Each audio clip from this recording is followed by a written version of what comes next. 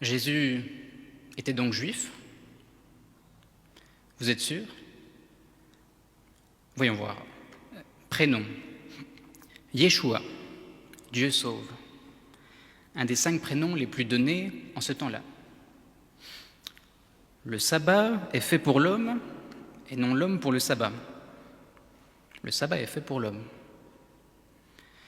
Matthieu, Marc et Luc nous disent que c'est le jour des pains sans levain, que Jésus nous demande de partager le pain et le vin en mémoire de lui. Les pains sans levain. Il enseignait en parabole, comme les juifs pharisiens de son temps. Les premiers chrétiens allaient consulter des rabbins pour interpréter les textes. Peut-être que ce n'était pas inutile déjà pour eux. Et au IVe siècle, un concile interdit aux chrétiens de se rendre à la synagogue, signe que certains allaient encore aux 2 événements dans la semaine. Alors ce texte, c'est le pompon. Je suis venu non pour abolir la loi, mais pour l'accomplir. L'auteur de l'Évangile s'adresse à des chrétiens d'origine juive. C'est Jésus qui remplit les critères, les attentes formulées par les prophètes d'Israël. C'est lui, le serviteur souffrant, le Messie attendu. Tant mieux pour eux.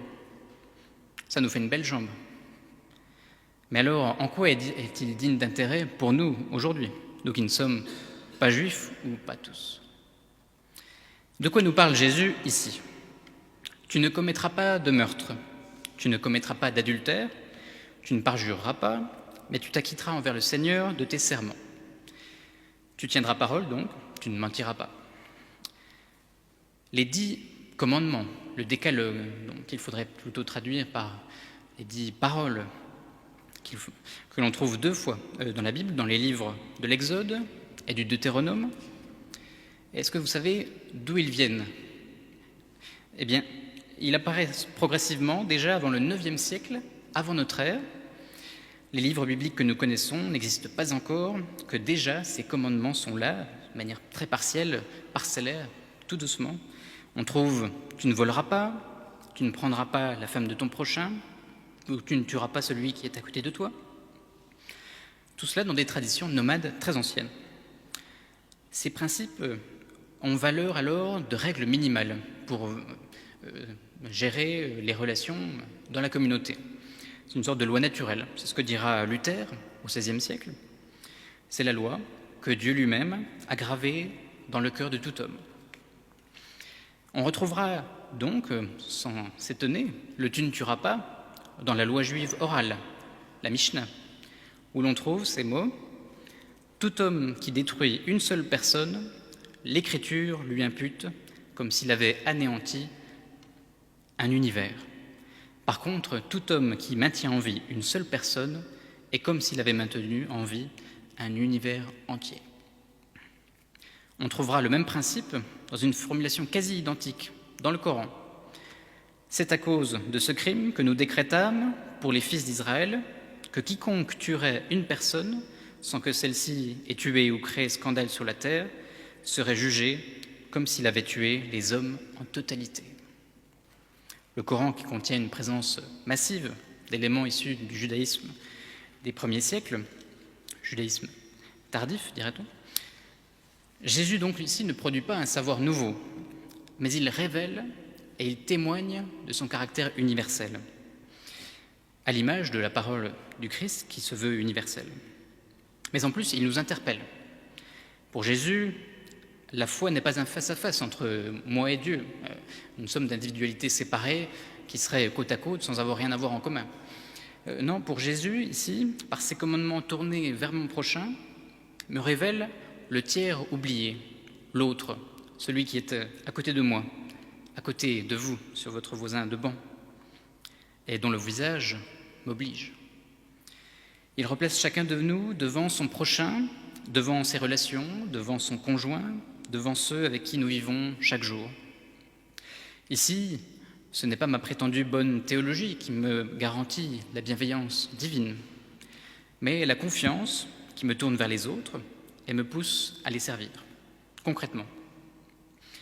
Jésus nous replace dans l'action, dans l'agir, dans l'accomplissement.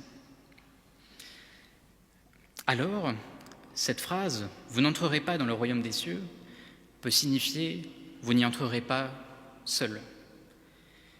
Oui, vous n'y entrerez pas dans le royaume des cieux sans les autres, ni contre les autres, encore moins en les bousculant ou en leur marchant sur les pieds. En effet, parlons-nous encore d'un Dieu d'amour, s'il bénit les uns et maudit les autres, qu'il ignorerait parce qu'il ne serait pas né dans la bonne société avec le bon livre sacré sous la main. Alors aujourd'hui, en France, les chercheurs nous disent que les forces de séparation, d'éclatement, sont plus importantes, sont plus grandes que les forces de rassemblement. Une société en voie d'archipélisation, où l'ignorance mutuelle et l'indifférence l'emportent. Et là, nous oublions peut-être ce que le verbe coexister veut dire. Cum existere en latin, exister avec. Peut-on vivre en chrétien en ignorant les autres croyants? Ignorer les textes qui font vivre les autres, n'est-ce pas déjà les ignorer en les rangeant au rang de croyances exotiques? Et celles des chrétiens, est-ce qu'elles n'apparaissent pas autant exotiques aux yeux des agnostiques? Dans ces conditions, soit on continue à s'ignorer et à vivre séparés comme avant, soit on change. Au printemps 1999, à Rome, le pape Jean-Paul II reçoit l'imam chiite de Khaldoum. Et alors qu'ils sont en public, le pape prend un Coran et l'embrasse. La photo fait scandale, l'acte de vénération n'est absolument pas comprise. En France, le philosophe catholique Rémi Brague, éminente figure, s'emporte. Il aurait mieux fait de le lire. Justement, je crois qu'être chrétien ici et maintenant en France, c'est ne pas ignorer les autres textes qui font vivre nos concitoyens. Le Coran fait partie du patrimoine commun de l'humanité, pour les chrétiens avec 25 figures bibliques en commun, de nombreux échos d'images et des données massives du judaïsme tardif, comme on l'a vu, et même la manière d'appeler Dieu, le clément, le miséricordieux, est déjà présent dans le judaïsme, en étant même très fréquent dans le Talmud de Babylone pour ce qui est de cette appellation. Quand Mohammed a commencé sa mission, il lançait des admonestations apocalyptiques annonçant la fin des temps. Son Dieu était conçu comme un justicier redoutable et inflexible. Et il a commencé à appeler Dieu le clément, le miséricordieux, lorsqu'il a fondé la principauté théocratique de Médine. Désormais, la fin des temps n'est plus d'actualité et Mohammed renonce à la posture de prophète apocalyptique au profit de celle de législateur. Alors, est-ce qu'on vous êtes déjà demandé comment un chrétien peut aborder le Coran? Avec quels critères? De manière sérieuse? Eh bien évidemment, en chaussant les lunettes de l'esprit. Les Juifs et les chrétiens ont d'abord vu l'esprit dans le souffle sacré, le roar en hébreu, l'élan vital, c'est-à-dire dans le mouvement et dans la vie qui les entourait. Tout ce qui est constructif, positif donc, tout ce qui incite au don, à l'amour, à l'exigence éthique, gardons-le.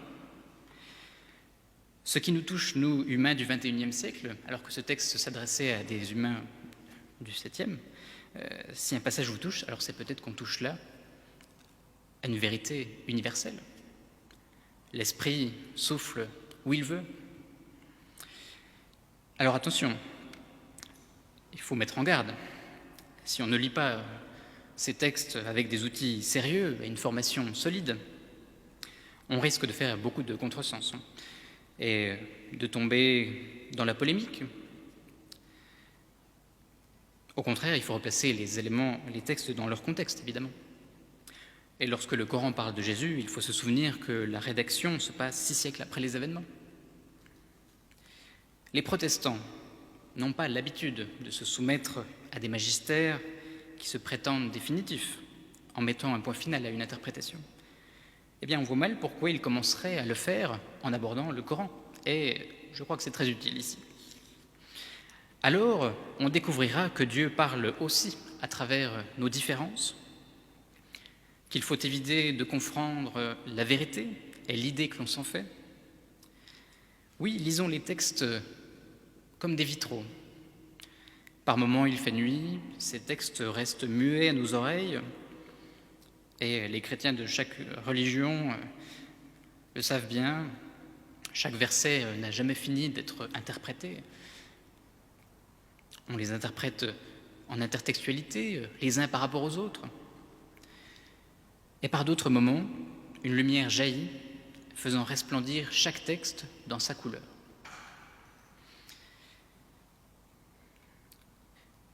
Aujourd'hui, les jeunes générations ont peut-être plus conscience de ces changements de société, de ces différentes croyances qui cohabitent, qui coexistent tant bien que mal.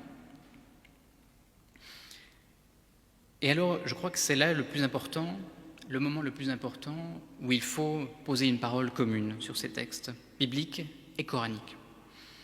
Oui, je crois que c'est le meilleur cadeau qu'on puisse faire à d'autres croyants, d'autres religions ou d'aucune.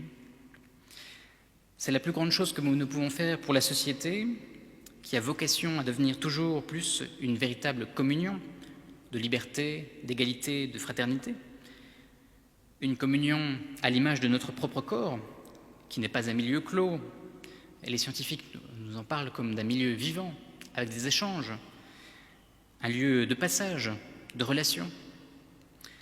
Et par les commandements d'amour du prochain, Jésus nous rappelle que c'est tout notre être qui est appelé à devenir communion. Pour le judaïsme pharisien de l'époque de Jésus, obéir aux commandements de la Torah, c'est s'ouvrir au règne de Dieu. C'est cela qu'on appelle le royaume des cieux. Voilà. C'est l'accepter pour soi-même. Pour Jésus, c'est un peu différent. Le règne est d'abord une force capable d'atteindre directement les personnes et de les conduire à des comportements concrets, témoignant de leur changement intérieur. Le règne est donc pour Jésus une relation particulière entre le Dieu d'Israël et l'homme. Et comme le dira très bien le christianisme oriental, l'homme est appelé à une synergie avec Dieu. Dieu fait le premier pas vers l'homme, qui est appelé à répondre en laissant agir l'énergie créatrice de Dieu en lui. Ce Dieu qui fait en nous toutes choses nouvelles. Le théologien luthérien Dietrich Bonhoeffer disait « La religion a pensé un Dieu tout-puissant et un homme très faible. Et l'Évangile nous parle de la possibilité que l'homme soit et soit fort dans toute cette faiblesse de Dieu. »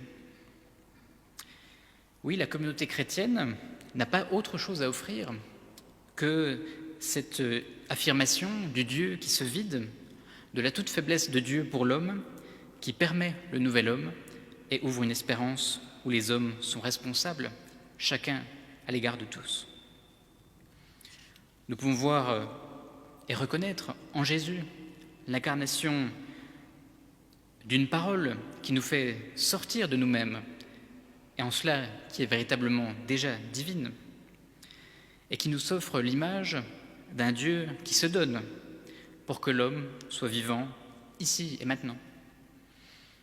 Alors nous autres, lecteurs de la Bible, si Jésus n'abroge pas, mais accomplit la loi, nous sommes peut-être invités à nous aussi, à notre tour, à accomplir la loi, non comme des règles pour elles-mêmes, mais pour révéler la promesse qu'elles contiennent, celle d'une humanité en plénitude et d'une vie réconciliée. Amen.